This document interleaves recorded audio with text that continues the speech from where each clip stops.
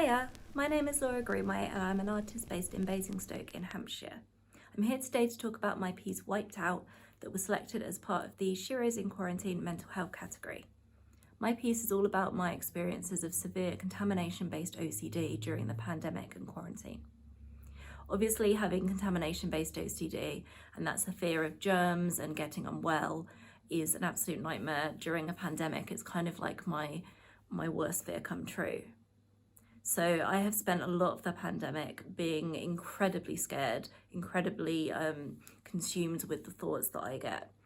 So I get intrusive thoughts as part of my OCD, and these thoughts constantly bombard me, and as a result of them I do compulsions, and that's things like constantly washing my hands, cleaning, and trying to be extra vigilant.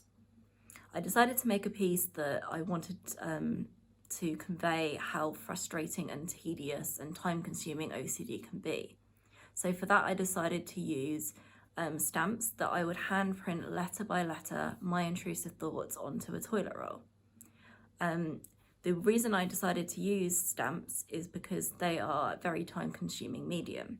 So to print your thoughts letter by letter takes a really, really long time. In fact, to do the whole toilet roll took me over 24 hours of time. So this is kind of like a metaphor for how consuming and tedious and frustrating OCD is.